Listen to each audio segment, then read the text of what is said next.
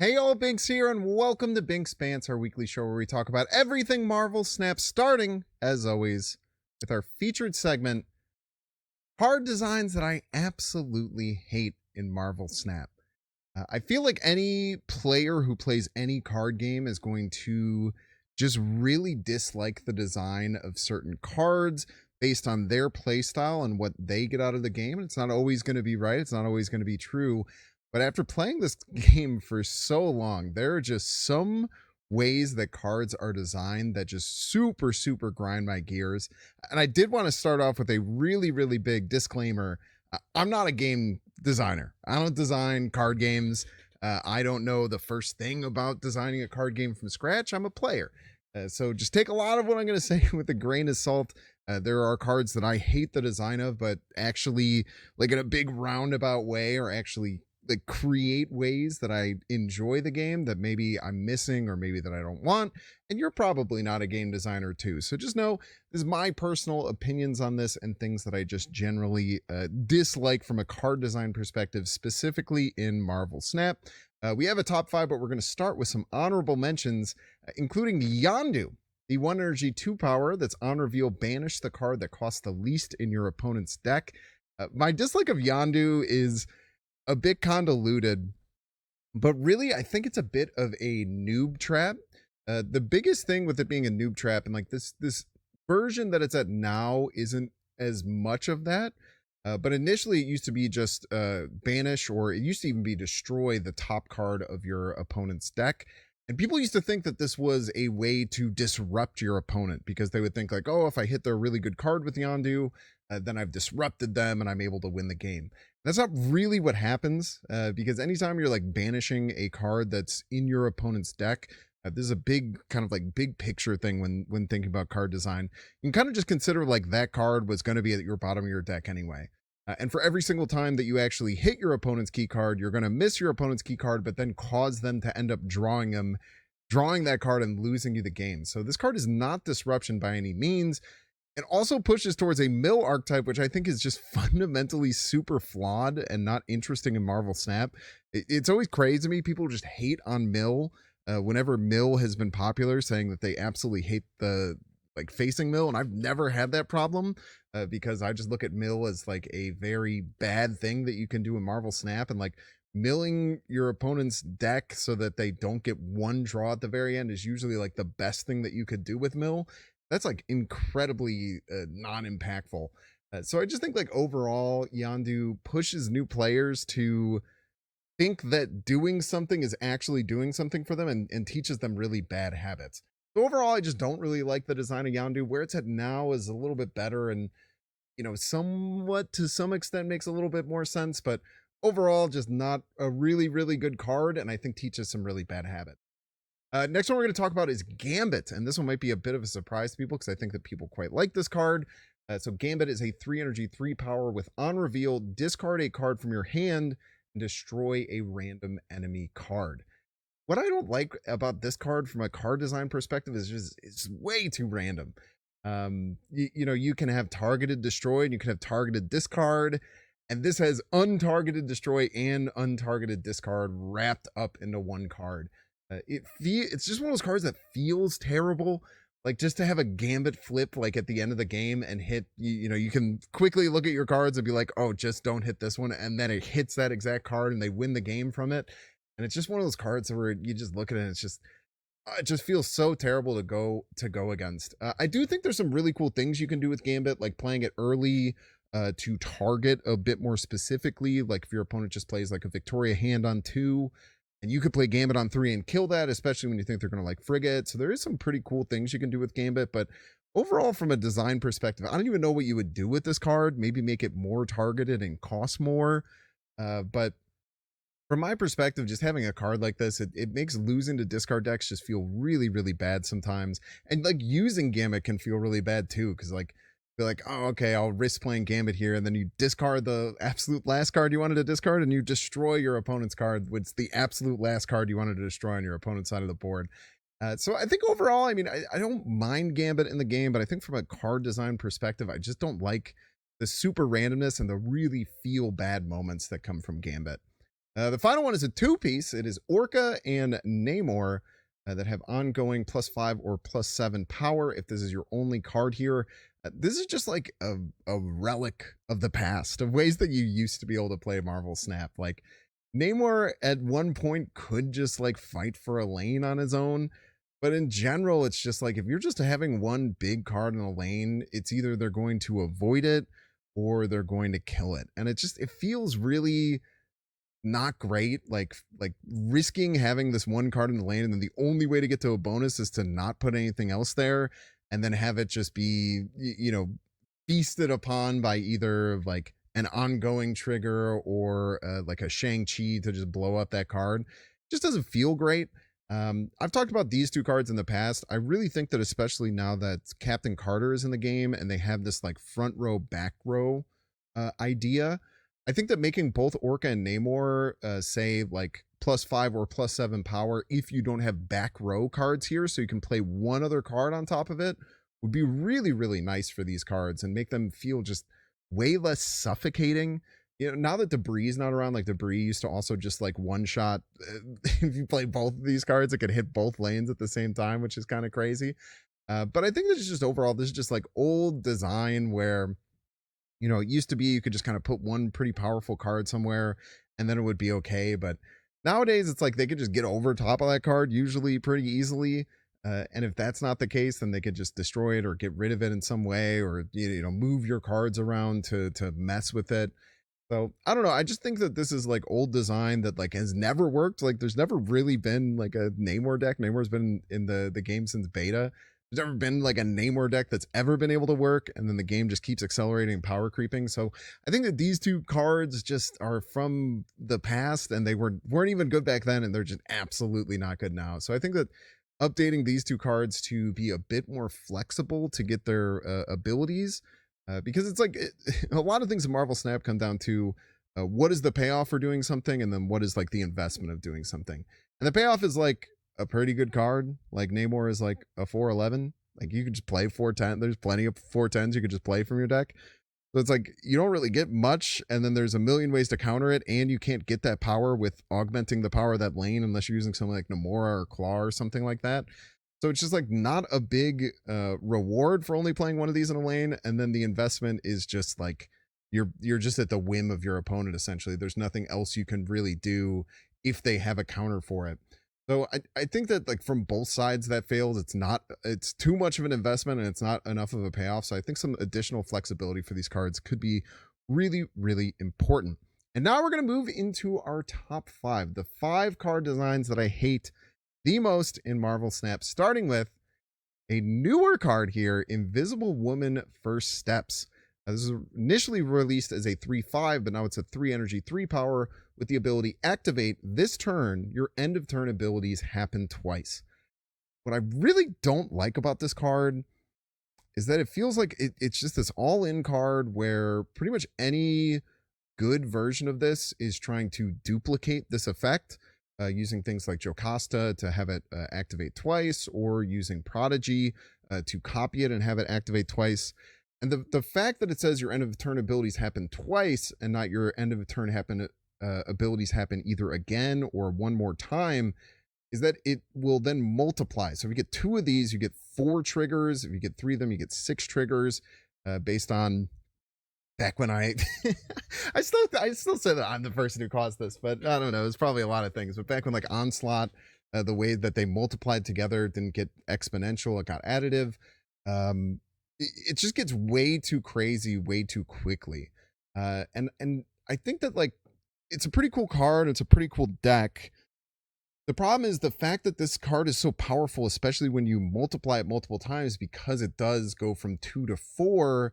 It's caused other cards to get nerfed. Like both Havoc and Sunspot have taken a nerf from this card, to the point where those cards feel unplayable outside of this archetype, but still within it, it's still worth getting played, which is always just frustrating for me, that happens in card games. Like Havoc was pretty cool in like Bast style decks, because you could buff it up to 3, or you can use Agent Venom to get it to 3, and then if you like play it like one turn early, you end up getting like an 11 power card, which is really cool.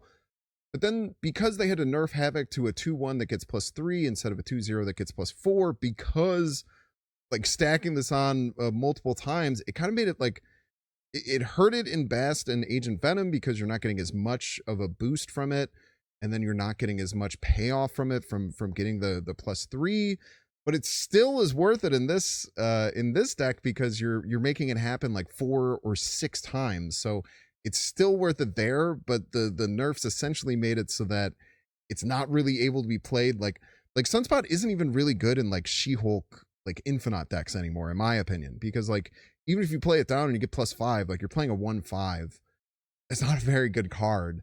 And the fact that it was 1/1, you could kind of like take some advantage of it. But now that it's a 1/0, the only reason you're using it is for the effect. And the only reason you'd want to use the effect after the main power has been nerfed is to use this card, which was the reason that it was nerfed to begin with.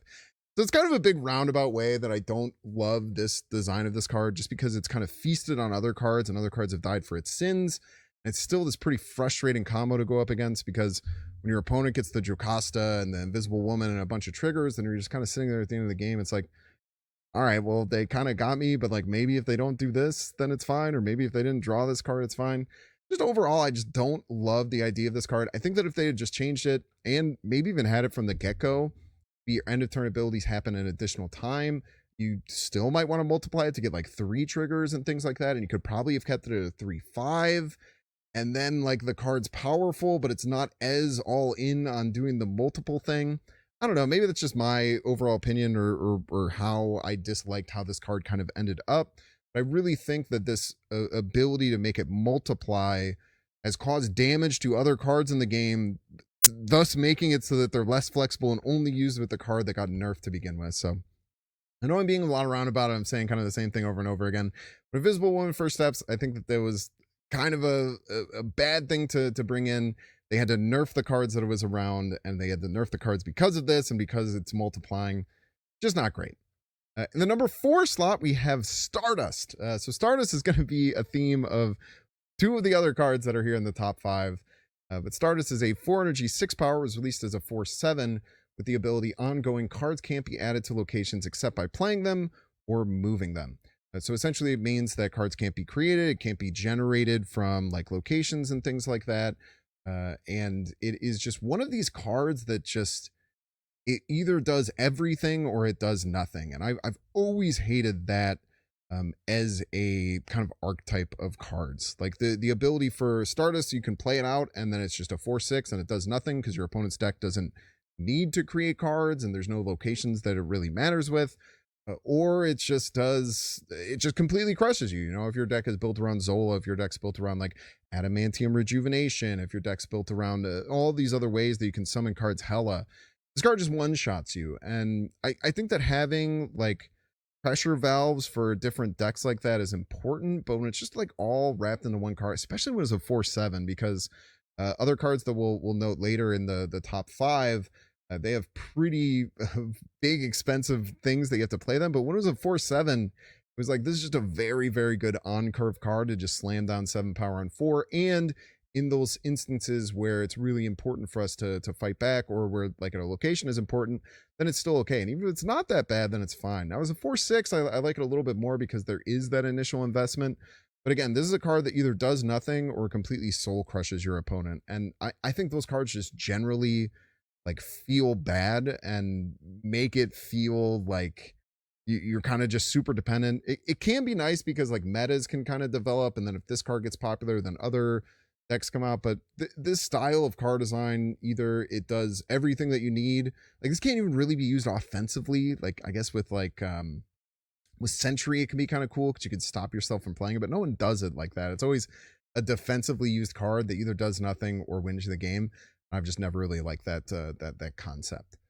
Moving into number 3, this one is, I kind of mentioned this with Namor Orca. It's just a relic of the past. The card is Warpath, a 4 energy, 5 power card that says ongoing if any of your locations are empty, +5 power. That's right.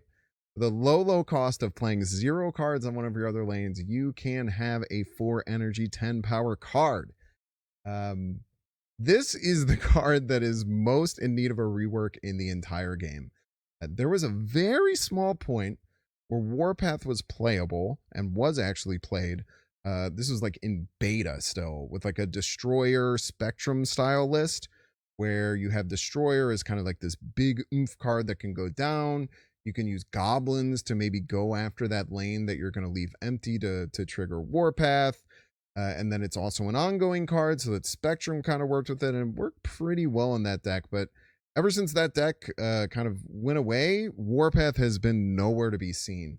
The biggest problem with this is like you're fighting for 3 lanes in Marvel Snap, right? Like you have to win 2 of those 3 lanes.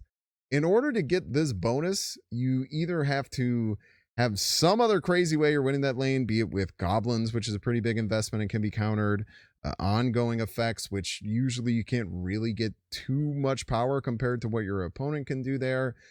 And it's just it's something where you just never, the juice is just not worth the squeeze, man. Like you can just play a 410 in your deck, as we've said multiple times before. Like since this card has come out, the game has accelerated so much where like a 410 is just something you can just have. So having to completely throw one of your lanes to get a 410 just seems, it's just crazy. It's never a card that's ever going to be powerful. I legitimately think if they made it plus 10 power, if any of your locations are empty plus 10 power, I don't think this card would see play. So, and that's crazy, right? Like making it a conditional 415, like that's a crazy powerful card, but still you have to keep one of your locations empty, and it's just nearly impossible to do. So I think they have to go back to the drawing board and fully rework this card, because completely throwing one of your lanes to get a little bit of a power buff, maybe be a little bit ahead of the power curve of another 4-drop, it's just never going to work. So I really hope that they change up this card. It's a cool character, and they have a lot of really good variants for it, but man, this card completely needs to get fully reworked. Like maybe this was an interesting idea back 3 years ago when this card saw some semblance of play, but nowadays it's just a completely wasted card in the game, and I'd really love to see them rework it.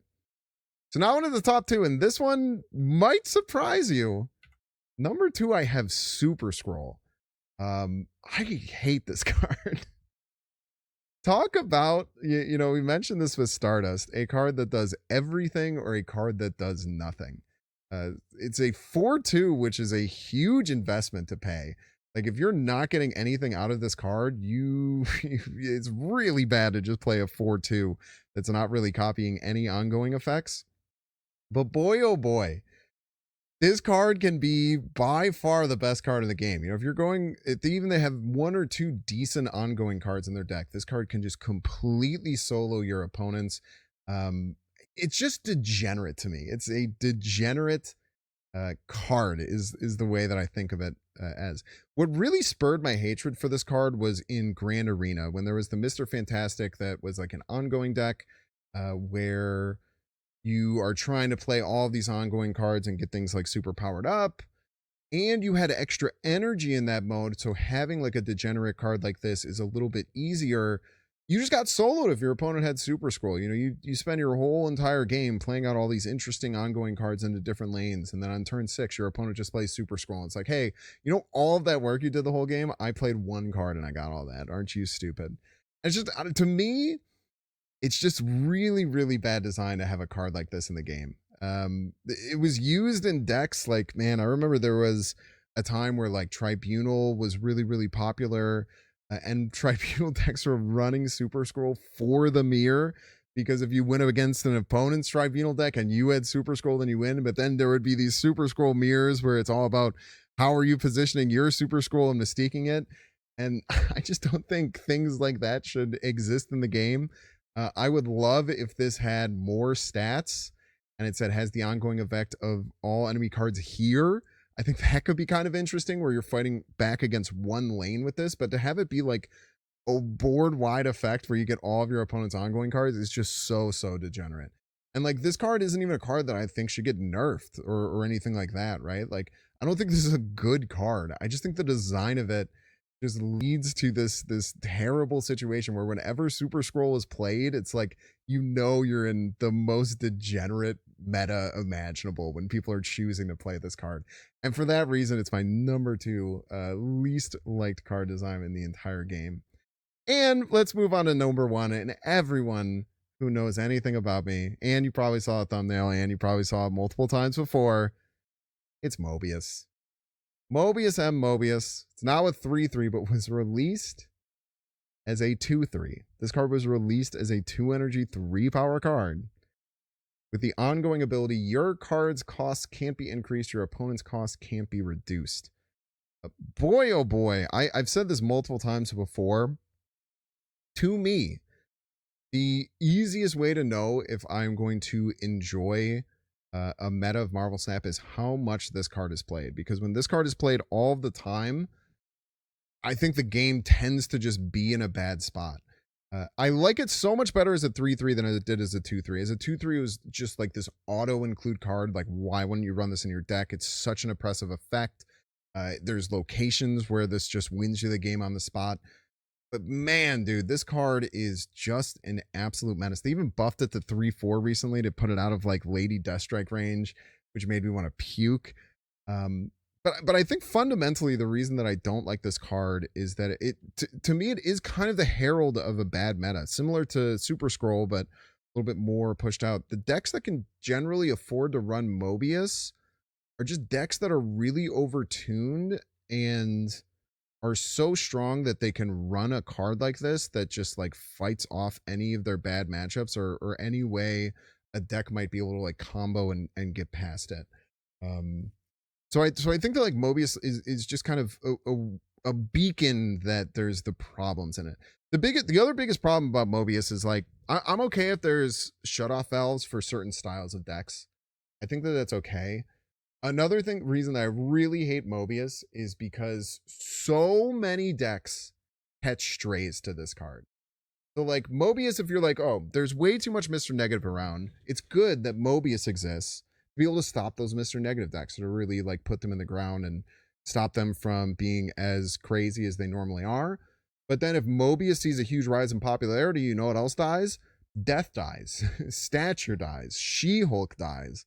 All of these much more fair and interesting ways to cheat. I think even Sarah is a very fair card, right?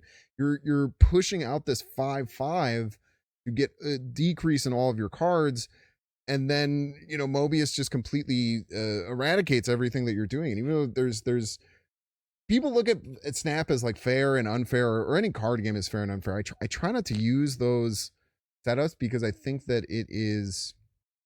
it's inherently a way to like take away from your opponent and say like your opponent was doing something unfair and I'm doing something fair and that's good. But like people will think about like Mr. Negative feels very unfair with energy cheat. And it is. It's like a pretty crazy combo when you can get it off and you get the Jane Foster and you get all these crazy powerful cards. And it's like it's nice to have a card like Mobius that can stop something like that. But the fact that when Mobius sees high play rate, it legitimately feels like there's just so many strategies that you just cannot play. And as someone who likes to play different decks all the time and likes to enjoy different decks, these decks that use energy cheat in ways that are not nearly as powerful and you're trying to do different interesting things with them, to have them just completely get clocked by Mobius just feels so abysmal. This card just restricts so many interesting things from happening in the game at the cost of like maybe 1 or 2 strategies that are using energy cheat in a way that's kind of ridiculous to just get absolutely caught in the crossfire. I truly think that I have the most fun playing Marvel Snap when Mobius is not around at all, and you're able to utilize energy cheat in interesting and cool ways. I think that Mobius just completely stops that. Not to mention the fact that like, how many times have you gone against Elysium flips on 2, your opponent snaps, and you see Mobius come down on turn 2? Like, man, dude, you're just getting completely clobbered the whole rest of the game. They basically get a huge advantage and you get nothing for the rest of the game. And it just feels terrible. There's obviously counterplay to this card and there are ways that you can get around it, but boy, oh boy, if they just took Mobius out back and shot it, I tell you what, I would not shed a single tear. I hate how this card is designed. And thank you so much for watching my 5 least favorite card designs in all of Marvel Snap. Still got some cool things to talk about today. So we're going to talk about last week's cards as well as Aurora, which is the brand new card that's coming in. I think I have these in the wrong order. We're going to talk about last week's cards first. Then we're going to touch a little bit more on Team Clash, the current limited time mode going on. Let's talk about last week's cards and how they're doing right now. So for all the stats that I always pull from this, I take the last 7 days and I do top 50% infinite. So I think that it generally will separate people who are in infinite and just doing things like booster farming, and gives you a pretty good idea of at the top of the meta how people are utilizing these cards. And Maverick has been everywhere, man. 16.3% popularity, 0.13 cubes per game, 51.3% win rate. Maverick, the 3 energy, 3 power card with activate. Give the next card you play power equal to this card's power. And I think that the coolest thing about Maverick is it's getting used in so many different ways. It's being used in like Surfer lists to just multiply the power with things like Brood.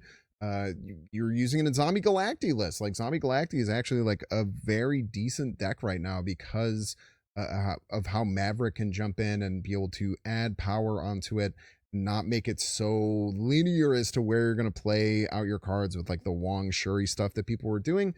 Maverick really adds a cool additional layer to Zombie Galacti and makes it a lot more powerful. Galactus, it's an incredible card to play with Galactus.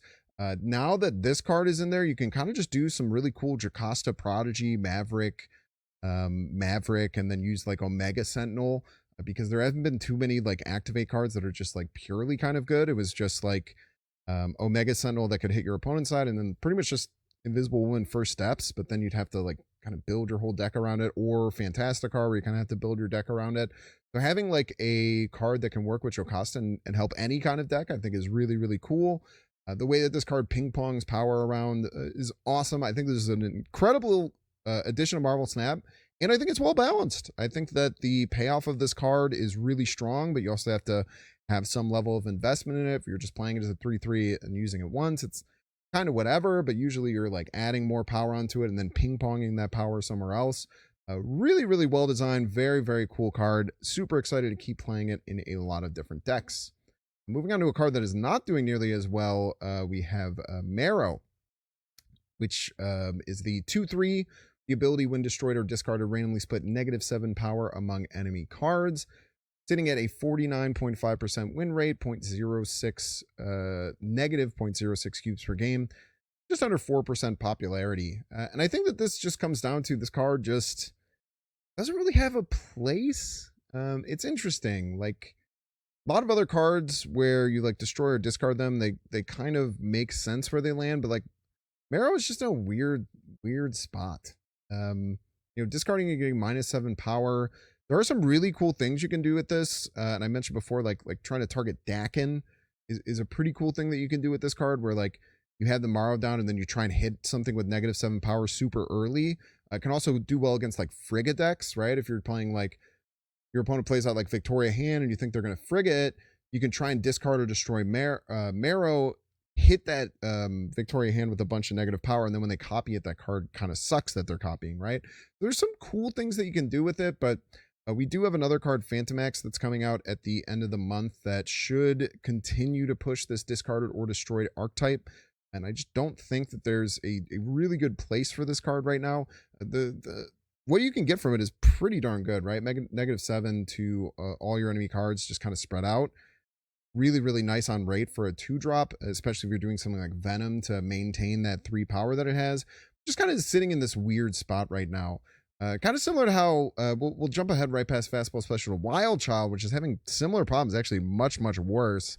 Negative 0.19 average cubes per game, 45% win rate, a 1.9% popularity.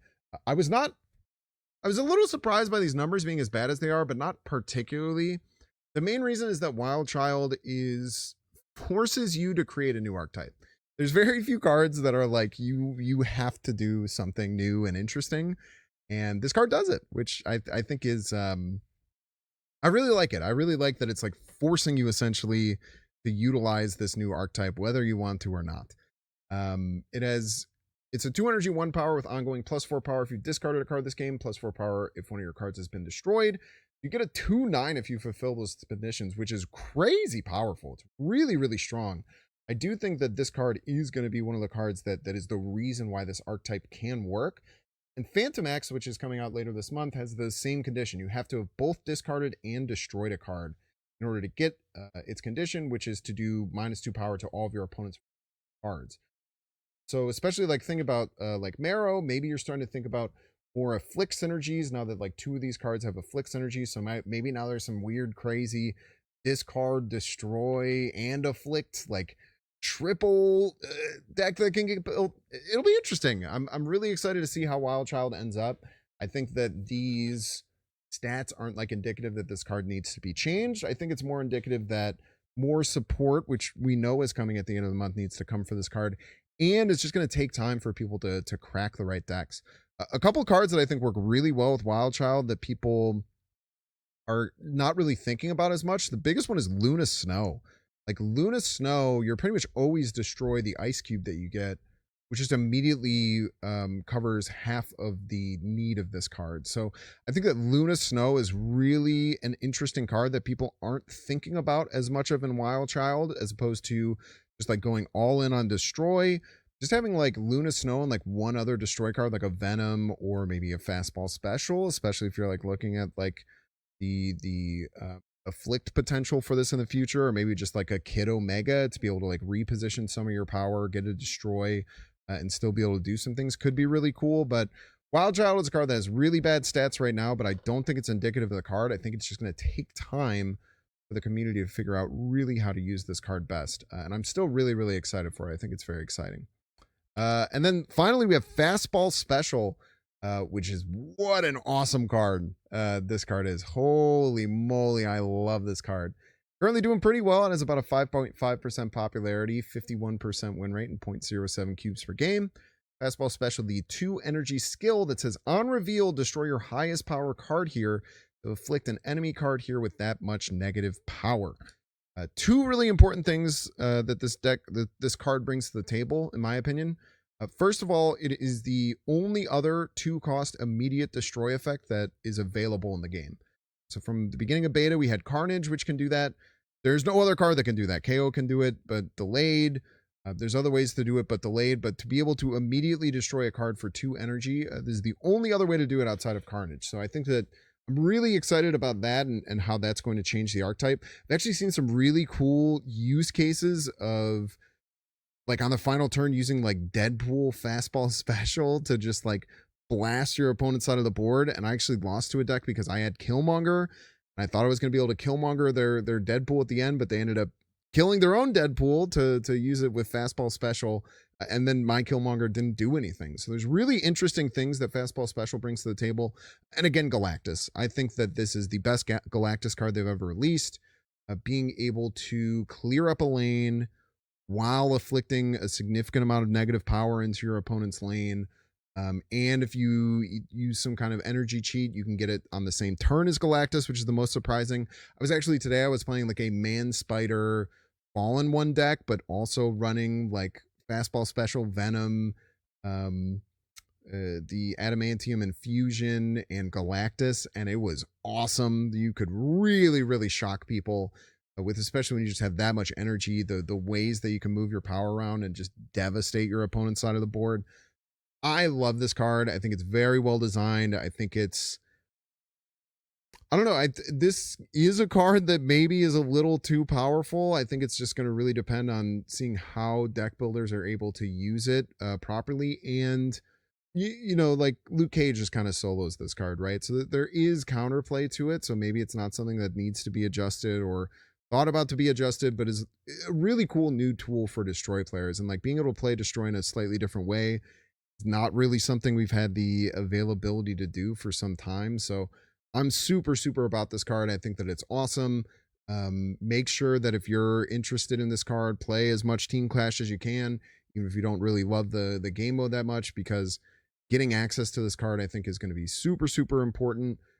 And it's just great. And don't be afraid to use some gold if you have gold sitting around to use it, as opposed to waiting for this card to go into like the pool and go for it with packs and stuff like that. I think that if you play enough Team Clash, even if you don't get fully enough to get this, using the rest on gold is definitely going to be a good use of your currency.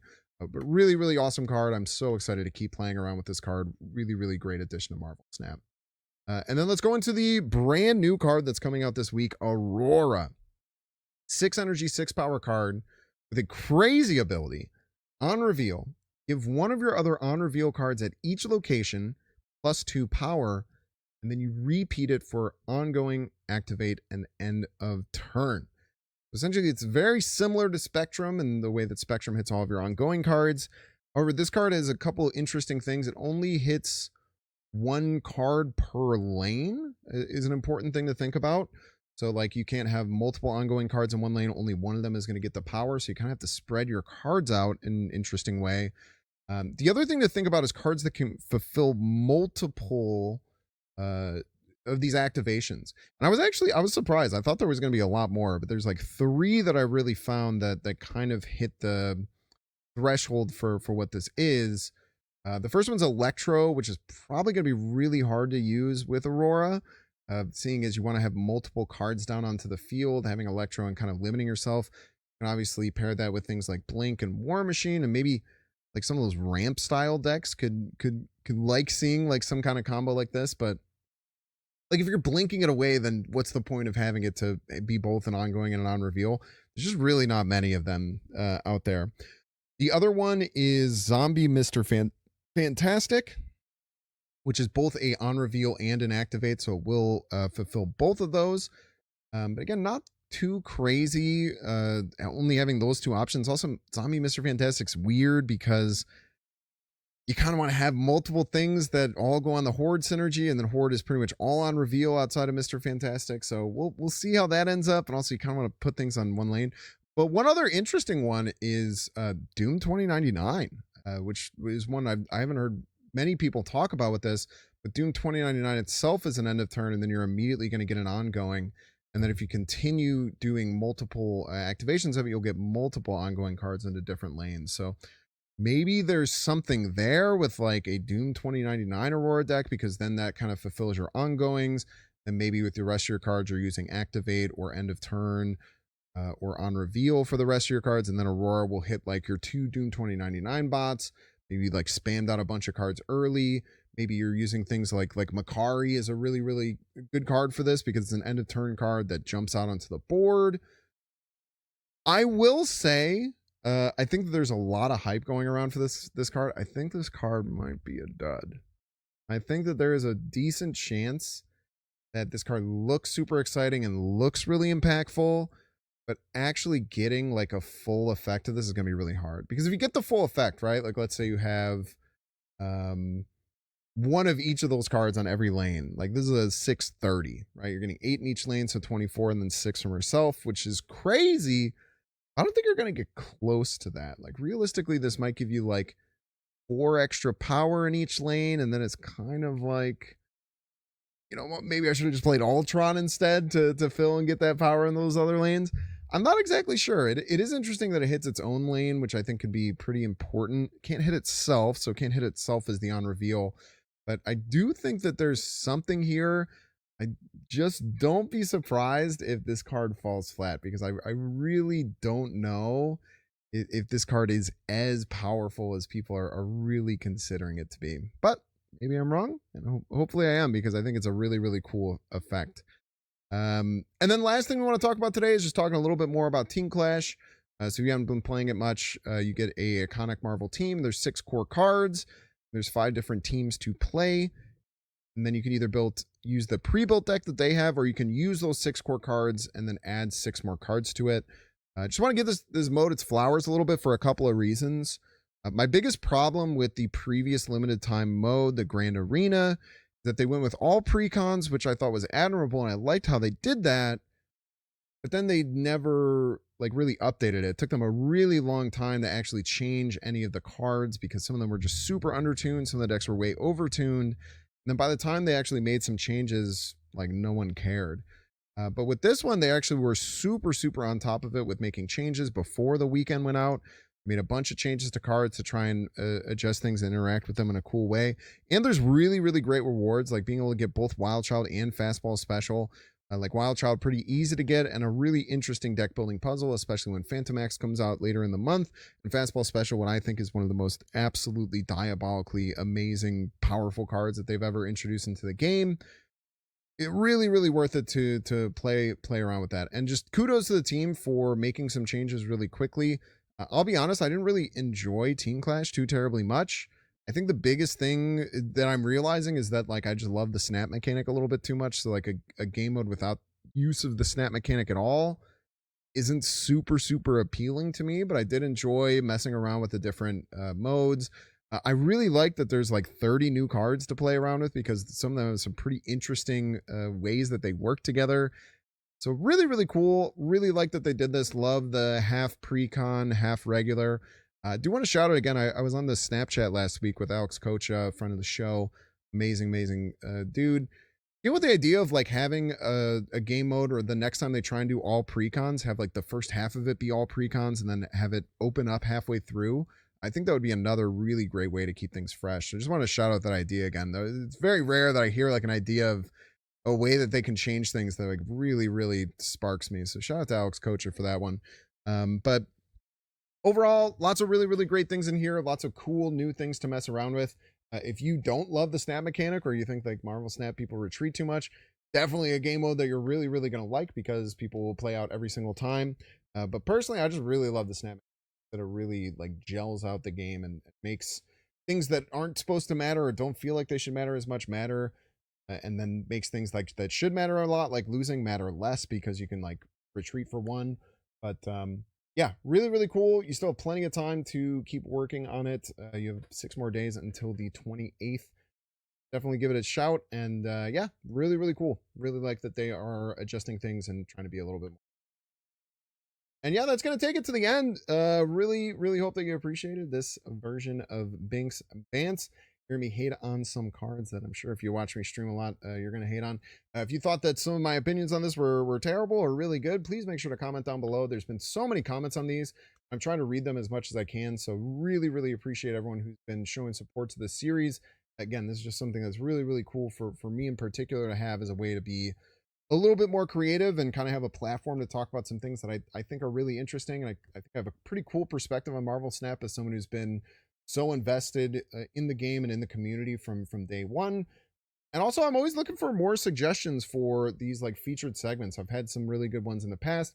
If you are like, oh man, I would really love if Binks would talk about this or hear his opinion on this, like a featured segment, make sure to comment that down below as well. Make sure to hit the like button and subscribe. And can you hear that? It's the song. See you later. Binks. I hope you like the